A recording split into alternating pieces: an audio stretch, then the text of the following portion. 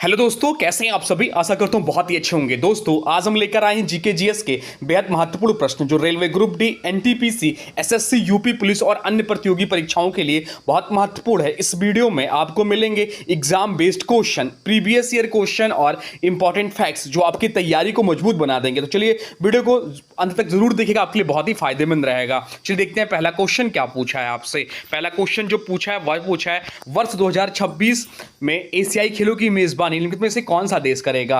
आपसे पूछा कि वर्ष 2026 में एशियाई खेलों की मेजबानी निम्नलिखित में से कौन सा देश करेगा। बताइए राइट आंसर क्या हो जाएगा। राइट आंसर मेरे साथ आप लोग कमेंट बॉक्स में लिखते चलिए। बताइए इस प्रश्न का राइट आंसर क्या हो जाएगा, कमेंट बॉक्स में लिख दीजिए। तो राइट आंसर जो हो जाएगा वो हो जाएगा ऑप्शन ए जापान। जापान इस प्रश्न का राइट आंसर हो जाएगा। 2026 के एशियाई खेल 20वें एशियन गेम्स होंगे। ये कौन से? तो 20वें एशियन गेम्स होगा, 20वां संस्करण होगा। 20वें एशियन गेम्स की मेजबानी जापान के एची प्रांत और नागोचा शहर मिलकर करेंगे। यह आयोजन 19 सितंबर 2026 से 4 अक्टूबर 2026 तक निर्धारित है। यह जापान द्वारा एशियाई खेलों की मेजबानी का तीसरा अवसर होगा। इससे पहले टोक्यो 1958 में और हिरोशिमा 1994 में खेलों की मेजबानी कर चुका है। बाकी बात हो रही जापान की, तो जापान के बारे में जान लेते हैं। जापान की राजधानी टोक्यो है। जापान की राजधानी टोक्यो है। जापान की मुद्रा येन है। जापान का उपनाम क्या है? अब एग्जाम में क्वेश्चन पूछता है। तो जापान को उगते सूर्य की भूमि कहते हैं। जापान का राष्ट्रीय खेल क्या है? तो सुमो कुश्ती है। जापान की संसद का नाम क्या है? तो जापान की संसद का नाम नेशनल डाइट है। और एक और क्वेश्चन पूछता है, या सुन लीजिए, विश्व युद्ध से जुड़ा तथ्य पूछता है कि हिरोशिमा और नागासाकी पर 6 व 9 अगस्त 1945 को परमाणु बम गिराया गया। तो ये थे जापान के दो शहर हिरोशिमा, जब उस पर 6 व नागासाकी 9 अगस्त 1945 को उस पर परमाणु बम गिराए गए थे। तो ये सारे पॉइंट ध्यान रखिएगा। जो भी कुछ आपसे एग्जाम में बन सकता है इस क्वेश्चन से पूछे आपसे एग्जामिनर, वह सब कुछ बताने की कोशिश की गई। अब चलते हैं अगले प्रश्न की ओर, देखते हैं अगला प्रश्न क्या पूछा है आपसे। अगला प्रश्न जो पूछा है वह पूछा है अंतर्राष्ट्रीय महिला दिवस हर साल कब मनाया जाता है। आपसे पूछा है कि अंतर्राष्ट्रीय महिला दिवस हर साल कब मनाया जाता है। चलिए राइट आंसर कमेंट बॉक्स में लिख दीजिए। बताइए क्या होगा राइट आंसर। तो राइट आंसर जो हो जाएगा इस प्रश्न का वो हो जाएगा ऑप्शन सी 8 मार्च। 8 मार्च इस प्रश्न का राइट आंसर हो जाएगा। ऑप्शन सी इस प्रश्न का राइट आंसर हो जाएगा।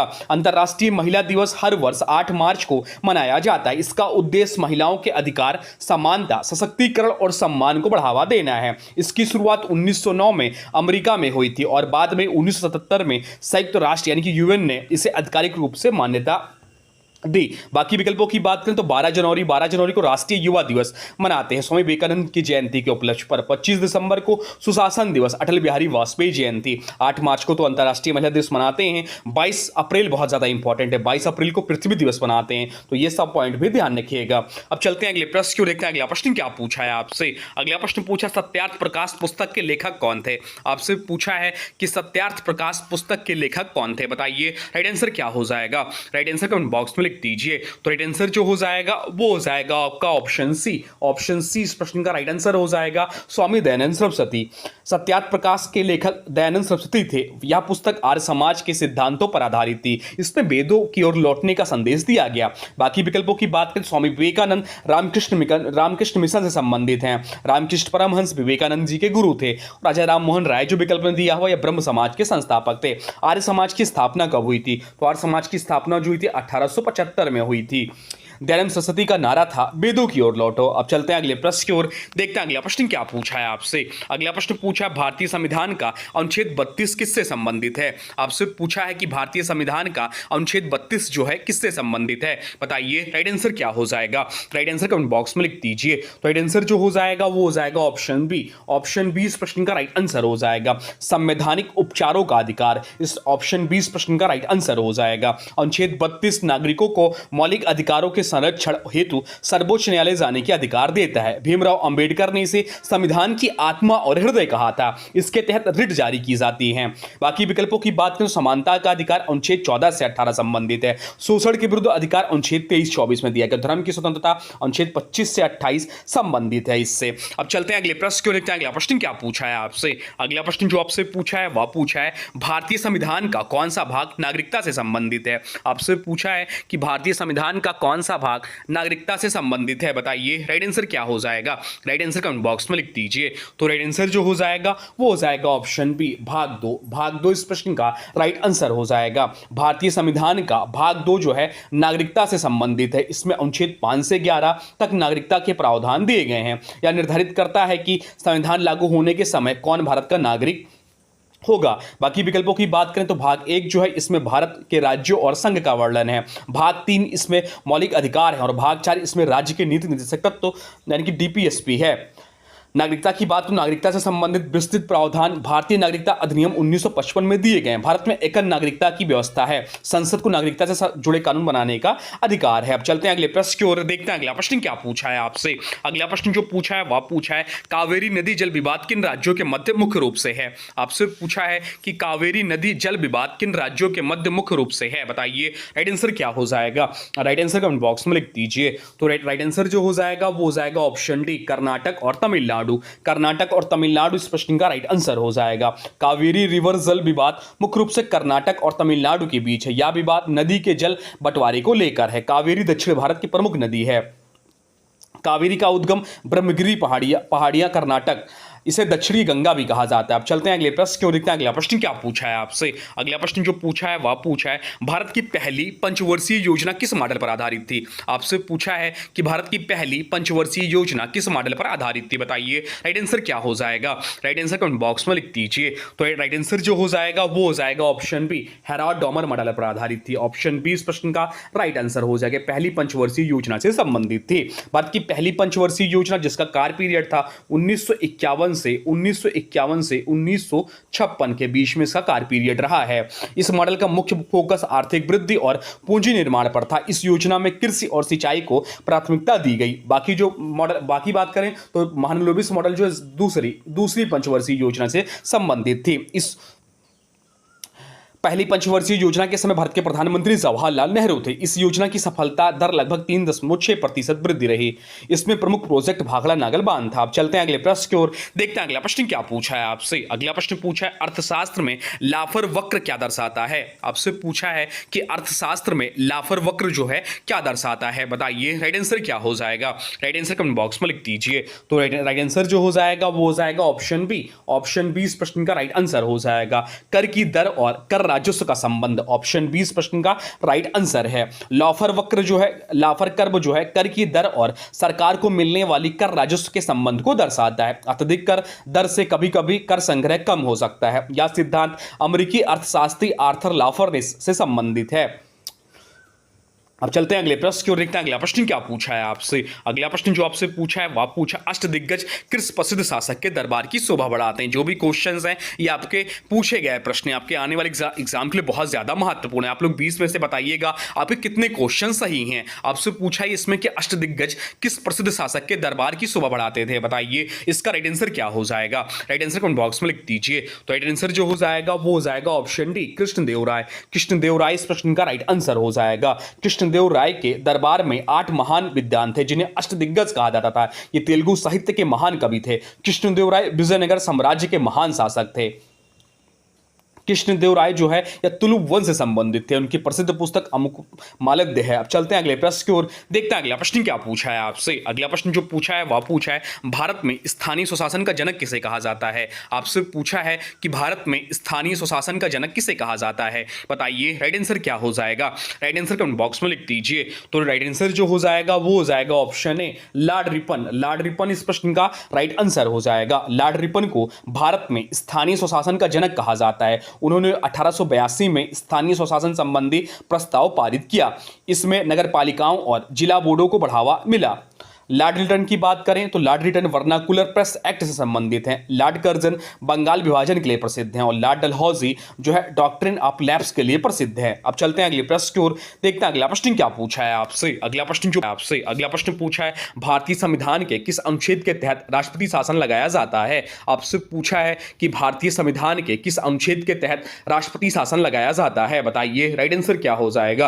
राइट आंसर कमेंट बॉक्स में लिख दीजिए। राइट आंसर जो हो जाएगा वो हो जाएगा ऑप्शन बी, अनुच्छेद 356। अनुच्छेद 356 इस प्रश्न का राइट आंसर हो जाएगा। अनुच्छेद 356 के तहत किसी राज्य में राष्ट्रपति शासन लगाया जाता है जब राज्य सरकार संविधान के अनुसार कार्य करने में विफल रहती है, तब इसका उपयोग होता है। इसे स्टेट इमरजेंसी भी कहा जाता है। अनुच्छेद 352 राष्ट्रीय आपातकाल से संबंधित है। अनुच्छेद 360 वित्तीय आपातकाल से संबंधित है और अनुच्छेद 368 संविधान संशोधन प्रक्रिया से संबंधित है। राष्ट्रपति शासन की सिफारिश राज्यपाल करता है। पहली बार राष्ट्रपति शासन पंजाब में लगा था 1951 में। चलते हैं अगले प्रश्न को देखते हैं। अगला प्रश्न क्या पूछा है आपसे। अगला प्रश्न जो पूछा है वह पूछा है भूमध्य सागर का प्रकाश स्तंभ किस ज्वालामुखी को कहा जाता है। आपसे पूछा है कि भूमध्य सागर का प्रकाश स्तंभ किस ज्वालामुखी को कहा जाता है, बताइए राइट आंसर क्या हो जाएगा। राइट आंसर कमेंट बॉक्स में लिख दीजिए। राइट आंसर जो हो जाएगा वो हो जाएगा ऑप्शन सी। ऑप्शन सी इस प्रश्न का राइट आंसर हो जाएगा। स्ट्रम्बोली ज्वालामुखी को भूमध्य सागर का प्रकाश स्तंभ कहा जाता है। यह इटली में स्थित एक सक्रिय ज्वालामुखी है। इसके लगातार विस्फोट समुद्री यात्रियों को दूर से दिखाई देता है। किस देश में, तो इटली में। यह चीज ध्यान रखिएगा। चलते हैं अगले प्रश्न को देखते हैं। अगला प्रश्न क्या पूछा है आपसे। अगला प्रश्न जो पूछा है वह पूछा है माउंटबेटन योजना का मुख्य उद्देश्य क्या था। आपसे पूछा है कि माउंटबेटन योजना का मुख्य उद्देश्य क्या था, बताइए राइट आंसर क्या हो जाएगा। राइट आंसर कमेंट बॉक्स में लिख दीजिए। राइट आंसर जो हो जाएगा वो हो जाएगा ऑप्शन बी, भारत का विभाजन। भारत का विभाजन इस प्रश्न का राइट आंसर हो जाएगा। माउंटबेटन योजना 3 जून 1947 का, तो 3 जून 1947 को प्रस्तुत की गई थी। इसका मुख्य उद्देश्य भारत का विभाजन कर भारत और पाकिस्तान का निर्माण करना था। यह योजना लॉर्ड माउंटबेटन द्वारा प्रस्तुत की गई थी। इंडियन इंडिपेंडेंस एक्ट 1947 लाया था। भारत विभाजन 15 अगस्त 1947 को हुआ था। चलते हैं अगले प्रश्न को देखते हैं। अगला प्रश्न क्या पूछा है आपसे। अगला प्रश्न जो पूछा है वह पूछा है भारत में जीएसटी लागू करने वाला पहला राज्य कौन सा था। या इंपॉर्टेंट प्रश्न है आपके आने वाले एग्जाम के लिए। राइट आंसर आप लोग कमेंट बॉक्स में लिख दीजिए। बताइए इसका राइट आंसर क्या हो जाएगा। आपसे पूछा कि भारत में जीएसटी लागू करने वाला पहला राज्य कौन सा था, बताइए राइट आंसर क्या हो जाएगा। राइट आंसर हो जाएगा ऑप्शन डी, असम इस प्रश्न का राइट आंसर हो जाएगा। भारत में जीएसटी लागू करने वाला पहला राज्य था। जीएसटी का पूरा नाम गुड्स एंड सर्विस टैक्स है। पूरे देश में जीएसटी 1 जुलाई 2017 से लागू हुआ। जीएसटी परिषद के अध्यक्ष कौन होते हैं, तो जीएसटी परिषद के जो अध्यक्ष होते हैं वो केंद्रीय वित्त मंत्री होते हैं। जीएसटी का full form one nation, GST का मतलब वन नेशन वन टैक्स है। चलते हैं अगले प्रश्न को देखते हैं। अगला प्रश्न क्या पूछा है आपसे। अगला प्रश्न जो पूछा है वह पूछा है दक्षिण भारत की गंडक कही जाने वाली पेन्नार नदी का उद्गम स्थल कहां है। आपसे पूछा कि दक्षिण भारत की गंडक कही जाने वाली पेन्नार नदी का उद्गम स्थल कहां है, बताइए राइट आंसर क्या हो जाएगा। राइट आंसर हो जाएगा ऑप्शन बी, नंदी पहाड़ियां। नंदी पहाड़ियां इस प्रश्न का राइट आंसर हो जाएगा। ऑप्शन बी इस प्रश्न का राइट आंसर हो जाएगा। नंदी हिल्स से पेन्नार नदी का उद्गम होता है। यह नदी कर्नाटक और आंध्र प्रदेश से होकर बहती है। पेन्नार नदी को दक्षिण भारत की गंडक भी कहा जाता है। पेन्नार नदी बंगाल की खाड़ी में गिरती है, दक्षिण भारत की प्रमुख नदियों में शामिल है। चलते हैं अगले प्रश्न की ओर, देखते हैं अगला प्रश्न क्या पूछा है आपसे। अगला प्रश्न जो पूछा है वह पूछा है विजयनगर साम्राज्य के सबसे प्रसिद्ध शासक कृष्णदेवराय किस वंश से संबंधित थे। आपसे पूछा है कि विजयनगर साम्राज्य के सबसे प्रसिद्ध शासक कृष्णदेवराय किस वंश से संबंधित थे, बताइए राइट आंसर क्या हो जाएगा। राइट आंसर हो जाएगा ऑप्शन डी, तुलुप वंश से संबंधित थे। ऑप्शन डी इस प्रश्न का राइट आंसर हो जाएगा। कृष्णदेवराय जो है विजयनगर साम्राज्य के सबसे प्रसिद्ध शासक थे। वह तुलुप वंश से संबंधित थे। उनके शासनकाल को विजयनगर साम्राज्य का स्वर्ण कहा जाता है। संगम वंश की बात करें तो विजयनगर का प्रथम वंश था। सुलभ वंश कृष्णदेवराय से इससे संबंधित थे। अराबिडु वंश बाद का वंश था। कृष्णदेवराय आंध्र भोज कहलाते थे। उनकी प्रसिद्ध रचना है अमुक्ता मालद्य है। चलते हैं अगले प्रश्न की ओर, देखते हैं अगला प्रश्न क्या पूछा है आपसे। अगला प्रश्न पूछा है विश्व बैंक का मुख्यालय कहां स्थित है। आपसे पूछा है कि विश्व बैंक का मुख्यालय कहां स्थित है, बताइए राइट आंसर क्या हो जाएगा। इसका राइट आंसर आप लोगों का कमेंट बॉक्स में जरूर आना चाहिए। बताइए क्या होगा राइट आंसर। तो राइट आंसर जो हो जाएगा वो हो जाएगा ऑप्शन बी, वाशिंगटन डीसी। अगर और अन्य कोई आप लोग गेस कर रहे तो वो गलत है। वर्ल्ड बैंक का मुख्यालय वाशिंगटन डीसी में स्थित है। इसकी स्थापना 1944 में हुई थी। विश्व बैंक विकासशील देशों को वित्तीय और तकनीकी सहायता प्रदान करता है। न्यूयॉर्क की बात करें तो यहां पर संयुक्त राष्ट्र का मुख्यालय है। जेनेवा यहां WTO और WHO जैसी संस्थाएं, वियना ओपेक का मुख्यालय है। वर्ल्ड बैंक का हेडक्वार्टर USA में। IMF का मुख्यालय भी वाशिंगटन DC में है, यह भी ध्यान रखिएगा। चलते हैं अगले प्रश्न को देखते हैं। अगला प्रश्न क्या पूछा है आपसे। अगला प्रश्न पूछा है भारतीय संविधान का अनुच्छेद 51A किससे संबंधित है। आपसे पूछा है कि भारतीय संविधान का अनुच्छेद 51A किससे संबंधित है, बताइए राइट आंसर क्या हो जाएगा। राइट आंसर हो जाएगा ऑप्शन सी, मौलिक कर्तव्य। मौलिक कर्तव्य इस प्रश्न का राइट आंसर हो जाएगा। अनुच्छेद 51A भारतीय नागरिकों के मौलिक कर्तव्यों से संबंधित है। मौलिक कर्तव्य 42वें संविधान संशोधन 1976 द्वारा जोड़े गए। वर्तमान में कुल 11 मौलिक कर्तव्य हैं। मौलिक कर्तव्य रूस के संविधान से प्रेरित है। पूछता है क्वेश्चन एग्जाम में कि मौलिक कर्तव्य किस देश के संविधान से प्रेरित है, तो रूस के संविधान से प्रेरित है। 86वें संविधान संशोधन द्वारा 11वां कर्तव्य जोड़ा गया। चलते हैं अगले प्रश्न को देखते हैं। अगला प्रश्न क्या पूछा है आपसे। अगला प्रश्न पूछा है सुएज नहर किन दो समुद्रों को आपस में जोड़ती है। आपसे पूछा है कि सुएज नहर जो है किन दो समुद्रों को आपस में जोड़ती है, बताइए राइट आंसर क्या हो जाएगा। राइट आंसर हो जाएगा ऑप्शन ए, लाल सागर और भूमध्य सागर को। ऑप्शन ए इस प्रश्न का राइट आंसर हो जाएगा। सुएज नहर जो है, सुएज कैनाल लाल सागर और भूमध्य सागर को जोड़ती है। नहर मिस्र में स्थित है। इसके कारण यूरोप और एशिया के बीच समुद्री दूरी कम हो गई है। अरब सागर सुएज नहर से नहीं जुड़ा है। सुएज कैनाल का उद्घाटन 1869 में हुआ था। चलते हैं अगले प्रश्न की ओर। और पनामा कैनाल भी याद रखिएगा। पनामा नहर जो है अटलांटिक और प्रशांत महासागर को जोड़ती है। चलते हैं अगले प्रश्न की ओर देखते हैं। अगला प्रश्न क्या पूछा है आपसे। पहले अगला प्रश्न जो पूछा है वह पूछा है आपसे कि भारत में पहली जनगणना किसके कार्यकाल में शुरू हुई थी। आपसे पूछा है कि भारत में पहली जनगणना किसके कार्यकाल में शुरू हुई थी, बताइए राइट आंसर क्या हो जाएगा। तो भारत में पहली जनगणना जो शुरू हुई थी वह लॉर्ड मेयो के कार्यकाल में 1872 में। 1872 में पहली जनगणना हुई थी। पहली जनगणना हुई थी और नियमित जनगणना जो हुई थी स्टार्ट हुई थी वह हुई थी आपकी लॉर्ड रिपन के समय में। लॉर्ड रिपन के समय में 1881 से नियमित जनगणना होना स्टार्ट हुआ। तो याद रखिएगा पहली जनगणना जो हुई थी लॉर्ड मेयो के कार्यकाल में 1872 में और लॉर्ड रिपन 1881 में नियमित जनगणना होना स्टार्ट हुआ। भारत में पहली जनगणना 1872 में लॉर्ड मेयो के कार्यकाल में शुरू हुआ था। यह असंगठित जनगणना थी। पहली नियमित जनगणना 1881 में लॉर्ड रिपन के समय में हुई थी। भारत में जनगणना हर 10 वर्ष में होती। जनगणना का जो विषय केंद्रीय सूची में शामिल है। तो ये थे टॉप जीके जीएस क्वेश्चन जो आपके आने वाले एग्जाम के लिए बहुत ही महत्वपूर्ण है। अब आज के वीडियो से प्रश्न है, इसका राइट आंसर आप लोगों को कमेंट बॉक्स में बताना है। आज के वीडियो से प्रश्न है कि भारत में जीएसटी लागू करने वाला पहला राज्य कौन सा था। आपसे पूछा है कि भारत में जीएसटी लागू करने वाला पहला राज्य कौन सा था। इसका जो भी राइट आंसर होगा कमेंट बॉक्स में जरूर बताइएगा। और जीएसटी के बारे में जो भी कुछ जानते हैं डिटेल में कमेंट बॉक्स में लिख दीजिएगा। आपके जवाब का हमें इंतजार रहेगा। और हाँ, वीडियो पसंद आया हो तो लाइक करें, शेयर करें और चैनल को सब्सक्राइब जरूर करें। लगातार प्रैक्टिस ही सफलता की असली कुंजी है। मिलते हैं अगले प्रैक्टिस सेट में नए महत्वपूर्ण प्रश्नों के साथ। तब तक के लिए जय हिंद, वंदे मातरम।